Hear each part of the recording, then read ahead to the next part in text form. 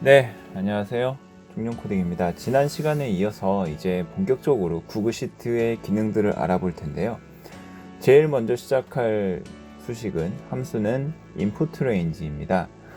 구글 시트를 써보신 적이 있으신 분들은 엑셀과 비교해서 가장 좀 당황하거나 좀 차이가 있다라고 느끼실 수 있는 부분이 바로 input range 혹은 다른 파일들, 다른 시트를 참조하는 방법입니다. 엑셀 같은 경우에는 우리가 어떻게 수식을 참조를 했었나요? 엑셀에서 파일을 가져올 때는 파일의 이름과 시트명 그리고 주소를 가지고 외부 파일을 참조하게 됩니다. 그런데 보통 엑셀에서 이렇게 주소를 다 적어주는 경우는 거의 없잖아요. 보통 엑셀 파일을 다른 파일을 하나 더 열어서 그 파일에 있는 셀을 하나 찍으면 자동으로 이 주소는 입력이 되게 됩니다. 이게 보통의 경우죠. 그런데 구글 시트에서는 똑같이 이렇게 등호를 넣고 수식을 하려고 다른 셀을 클릭을 하면 안 돼요. 이게 구글 스프레드시트는 브라우저 상에서 돌아가고 있고 이 브라우저에서는 다른 셀을 클릭하는 게 불가능합니다. 그래서 구글 스프레드시트는 다른 방식으로 외부 시트를 참조하는데요. 그게 바로 input range입니다. 일종의 함수를 이용해서 다른 파일을 참조하게 되는 거고요. 이 파일을 참조할 때의 주소는 굉장히 복잡한 주소로 되어 있는데 이 주소들이 각 구글 시트마다, 구글 스프레드시트마다 부여되는 고유한 주소들이에요. 그래서 이 주소를 지정을 해주고 뒤에 시트와 셀 이렇게 지정을 해주면 이 구글 시트의 값을 참조하는 구조로 되어 있습니다.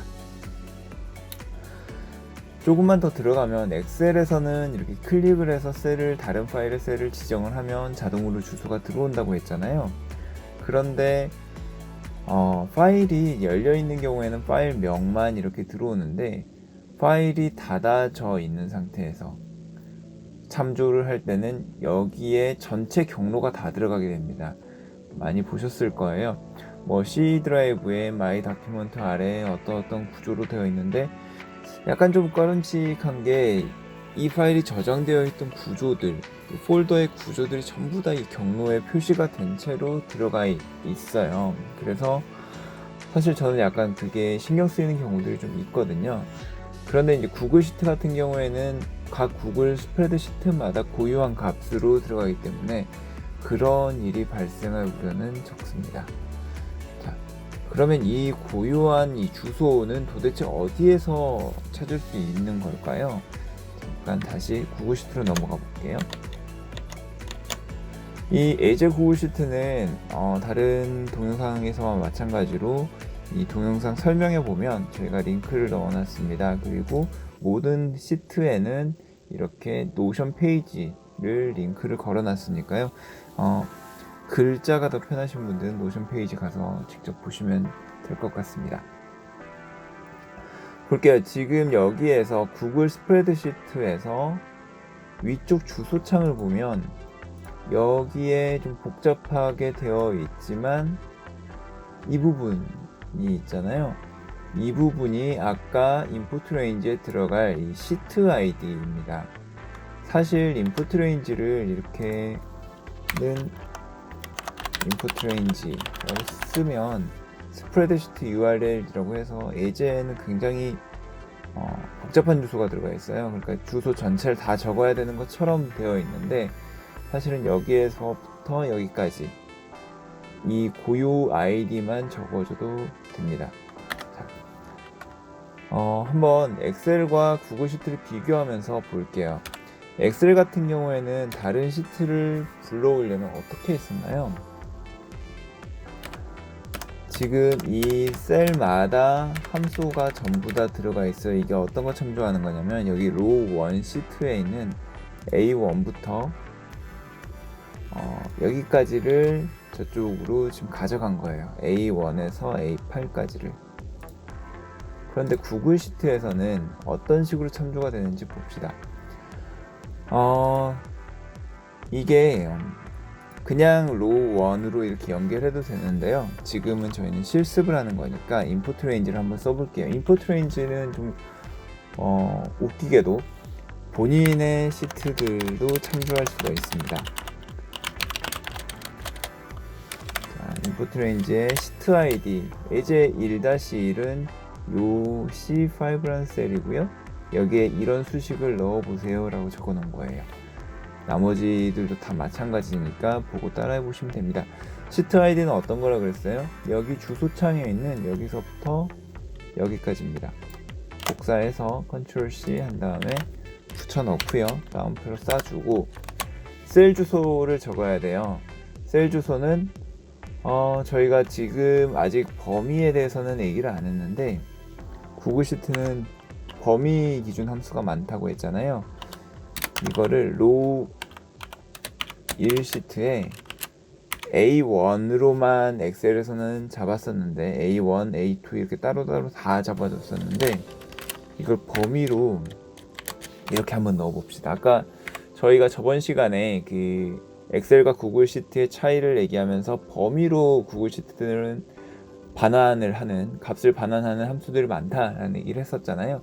여기도 마찬가지예요. 로우 1 시트에 A1에서 A8까지 범위로 한번 해보면 이게 어떤 결과가 나오는지 볼게요. 네. 지금 메모 때문에 잘 안 보이는데 메모를 삭제해보면 여기 뭐라고 나와요. 이게 에러가 나오는데 RF가 뜨고 에러가 나옵니다. 임포트 레인지는 다른 시트를 참조하는 거고 구글 시트는 항상 권한이 부여가 됩니다. 아이디, Gmail 아이디를 기준으로 권한 부여가 되거든요. 그래서 임포트 레인지를 했을 때는 무조건 액세스를 허용을 해주는 권한 부여의 절차가 필요합니다. 웃기게도 이거는 자기 시트였잖아요. 그냥 이렇게 로우 1에 A1 잡았으면 권한 부여 필요 없을 텐데 지금 우리는 임포트 레인지를 썼으니까 자기 시트여도 권한을 줘야 되는 거예요. 액세스 허용을 눌러주면 자 수식은 하나에만 적었잖아요. 하나에만 적었는데 전체 셀이 다 들어오게 되어 있습니다. 신기하죠? 사실 임포트 레인지를 안 쓰고 그냥 더 할 수 있는 방법도 있는데 이거는 저희가 다음 시간에 범위에 대해서 배울 때 더 자세하게 알아보도록 하고요. 이제 두 번째로 넘어갑니다. 1-2인데요. 이 부분에서 뭘 해줄 거냐면 지금 1-1에선 자기 시트에 대한 참조를 했었잖아요. 다른 시트를 참조를 해볼 거예요. 다른 시트는 어떤 거냐면 여기에 있는 이 아이디에 해당하는 시트에서 팀이라는 시트에 A22에서 29까지를 불러올 거예요. 네, 이 시트가 어떤 시트인지 궁금하시잖아요. 그러면 여기에서 여기까지를 컨트롤 C 하시고 이 뒤에다가 이 시트 아이디를 넣어보면 됩니다. 그러면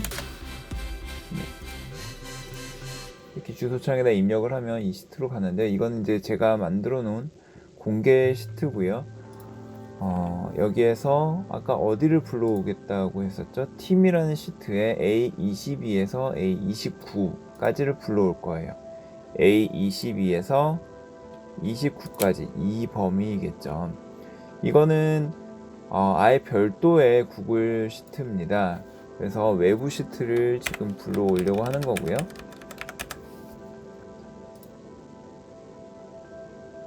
이거를 아예 그냥 복사해서 갖다 넣을게요. 시간이 많지 않으니까. 자, 임포트 레인지에 저 외부 시트의 아이디였고 팀이라는 시트에서 A22에서 29까지 불러올 거예요. 엑셀 같으면 그냥 이렇게 수식한 다음에 다른 셀을 클릭했으면 편하게 됐을 텐데 여기는 그렇게 하지는 못합니다. 그래서 주소를 일일이 입력해줘야 되는 약간의 번거로움은 있고요. 그래서 한번 해볼게요. 넣었더니 이름들이 나옵니다. 외부 시트를 참조할 때 구글 시트 아이디 이렇게 부여하는 거고요. 지금 방금 임포트 레인지 했을 때는 여기에 대한 권한 부여할 필요가 없었죠. 아까 여기서는 RF가 떴었잖아요. 근데 여기는 뜨지 않습니다. 왜냐하면 이 시트가 모든 사용자가 볼 수 있는 공개 시트이기 때문입니다. 다시 한번 넘어가서요. 지금 여기에다가 수식을 입력할 건데 VLOOKUP으로 이름을 참조해서 가져오려는 거예요. 엑셀 같은 경우는 VLOOKUP으로 하면 이 범위를 다른 파일에 있는 범위로 지정을 해줬는데 이 범위 자체를 import range로 던져줄 수가 있습니다. 무슨 얘기냐면 import range라는 거는 아까 여기서 보셨듯이 어떤 시트에 어디부터 어디까지를 반환해줘 라는 함수였잖아요. 즉 반환값이 범위로 나오는 함수입니다. 이게 이제 엑셀하고의 큰 차이점인데요. 엑셀은 최근까지만 해도 범위로 반환되는 함수들이 거의 없었어요. 뭐 트랜스포즈나 이런 함수들만 범위로 반환이 됐었는데 최근에는 이제 필터라든지 이런 함수들이 들어오긴 했습니다만 엑셀은 기본적으로 셀 단위 반환이에요. 그런데 import range 같은 구글 시트 함수들은 범위를 반환하는 거고, 범위라는 거는 우리가 수식의 구조가 그렇잖아요. 보통 뭐 VLOOKUP이라고 하면 VLOOKUP A1을 A부터 D까지 해가지고 참조를 하고 얘에서 두 번째 거 가져와 이런 식으로 적잖아요. 요게 범위지 않습니까? 이게 범위인데 이 범위 자체를 구글 시트에서는 함수의 반환이 범위로 되니까 얘를 그냥 함수로 바꿔버릴 수가 있다는 거예요. 그래서 이 구조를 보면 VLOOKUP인데 input range가 이 범위 값으로 들어가 있어요. 여기에서 컨트롤 C를 해서 한번 넣어 볼게요. 네, 이런 함수고 D5라는 이 셀을 요 팀이라는 팀 디렉토리라는 시트에서 불러와서 세 번째 거를 가져와 달라 라는 얘기입니다. 한번 넣어 볼게요. 그랬더니 김연우라는 사람의 팀을 가져온 거예요. 그리고 아이디를 가져올 건데요. 보시면 팀은 세 번째였고 아이디는 여섯 번째입니다. 그래서 여기까지 긁어서 여섯 번째 거를 가져오면 되겠죠. 이거를 똑같이 복사하고요.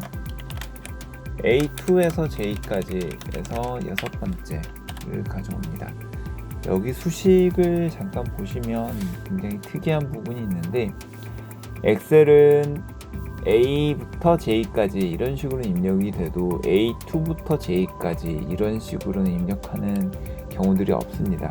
그런데 구글 시트에서는 A2부터 J 이런 식으로 입력을 할 수가 있어요. 이렇게 되면 어떤 형태로 선택이 되냐면 A2에서 시작해서 여기 J까지인데 J 아래로 쭉 이렇게 선택이 됩니다. 이거를 좀 더 심화해서 1-4와 1-5에 있는 예제를 더 해볼게요. 여기 보면 array formular라는 함수가 쓰여 있는데요. array formular는 변수를 범위로 지정할 수 있게 해주는 함수예요. 어차피 다음 시간에 배울 내용이기 때문에 그냥 여기선 따라만 해봅니다. array formular로 감싸주고요. 여기에 키값이 있었잖아요. 얘를 아까 D5에서 이렇게 하면은 D까지 잡는 거 라고 얘기했잖아요. 이렇게만 해볼게요. 자, 어떻게 되나요? 지금 방금 뭐를 한 거냐면 이 VLOOKUP으로 되어 있던 함수를 array 포뮬러로 감싸주고 범위를 배열로 넣은 거예요. 그랬더니 김연우의 팀, 김정우의 팀, 김유준의 팀, 이 팀들을 수식은 하나밖에 안 넣었는데 쭉 긁어와서 넣어줍니다. 그리고 여기 NA가 뜨는 거는 여기에 사람 이름이 없으니까 NA가 뜨는 거예요. 즉 엑셀에서는 하나하나 이렇게 불러왔어야 했는데 구글 시트에서는 그냥 위에 제일 위에만 함수를 넣어주면 아래까지 모든 수식이 자동으로 들어갑니다. 여기도 마찬가지로 해볼게요. 아까 어떻게 했어요? array 포뮬러로 감싸주고 D5가 아니라 D까지 이렇게 넣어볼게요. 감싸면 어떻게 될까요? 네, ID가 쭉 긁어와줍니다. 얘가 1-4까지 예제였고요. NA가 좀 보기 싫잖아요. 이거 우리 엑셀에서도 많이 했었던 내용인데 요거 어레이 포뮬러는 제일 밖에다 놓고 if 함수로 해봅시다. if 에러 해가지고 해도 마찬가지로 괜찮고요. 지금 예제에 있는 것대로 한번 해볼게요. D5에서 D까지 여기에 있는 값이 비어있지 않으면 vlookup을 가져오고 비어있으면 빈칸으로 해줘 라는 함수로 수정을 했습니다. 자, 그러면 여기 값이 없을 경우에는 아예 그냥 빈칸을 반환하게 됩니다. 지금 여러분은 뭘 보고 계신 거냐면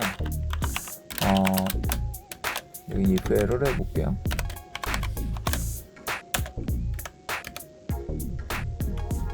지금 데이터가 여기에서는 이만큼만 들어가 있을 때 수식을 하나씩만 위에다 적어서 처리한 거고요. 만약에 데이터가 지금은 10개 정도밖에 안 될 텐데 8개인데 이게 800개가 된다, 8000개가 된다고 하더라도 수식은 여기 위에 하나씩만 적어주면 값은 정확하게 다 표현이 될 겁니다. 즉 수식이 하나만 들어가 있는 경우에도 데이터가 얼마로 변경되든 상관없이 수식을 바꿔줄 필요가 없어요. 엑셀보다 훨씬 더 편하게 작업하실 수가 있습니다. 자, 어레이 포뮬러랑 범위에 대한 내용은 저희가 다음 시간에 더 자세히 알아보도록 하겠습니다. 네, 여기까지 임포트 레인지로 범위를 참조하는 법을 알아봤어요. 임포트 레인지를 쓸 때 저희가 주의할 점이 있습니다. 참조 주소, 아까 얘기했던 시트 아이디는 단순 문자열이에요. 엑셀 같은 경우에는 파일을 2개 열고 한 파일을 이렇게 수정을 하면 자동으로 이 셀 주소들이 변환이 되죠. 그런데 구글 시트에서는 아까 어떻게 됐어요? 요 앞에 있는 시트 아이디도 문자열이고 이 뒤에도 보면 이게 따옴표로 싸져 있잖아요. 이것도 스트링이에요. 그냥 문자열입니다. 즉 상대 쪽 시트가 아무리 변경이 되더라도 이게 바뀌지 않습니다. 수작업으로 변경을 해줘야 돼요. 그래서 보통 구글 시트에서는 다른 셀을 참조를 할 때 이게 시트가 변경이 돼버리면 안 되잖아요. 그러니까 스프레드 시트 단위로 참조용 시트를 따로 만들어 가지고 작업하시는 게 좀 더 편할 수 있습니다. 두 번째로는 가져올 수 있는 셀 개수에 제한이 있어요.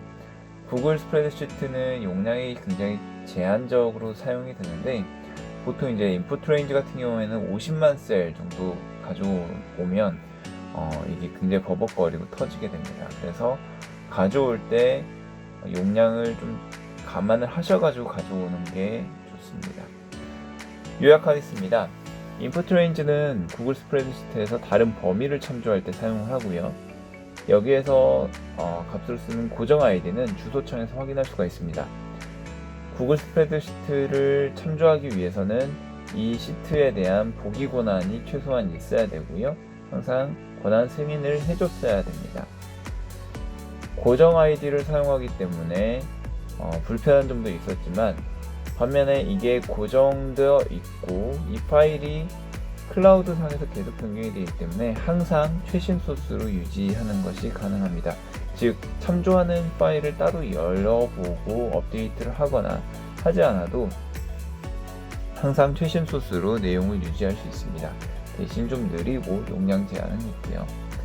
그리고 인풋 레인지의 반환 값은 배열로 넘어오게 됩니다. 구글 시트와 엑셀의 큰 차이 중에 하나가 반환이 배열로 되는 함수들이 있다라는 거였는데 인풋 레인지에서 저희가 그 맛보기를 봤고요. 그리고 오늘 어레이 포뮬러라든지 아니면 범위 참조라든지 이런 것들 약간 맛보기를 해봤습니다. 다음 시간에는 어레이 포뮬러로 본격적으로 배열 함수에 대한 내용을 보도록 하겠습니다. 중년 코딩이었습니다. 구독과 좋아요는 필수!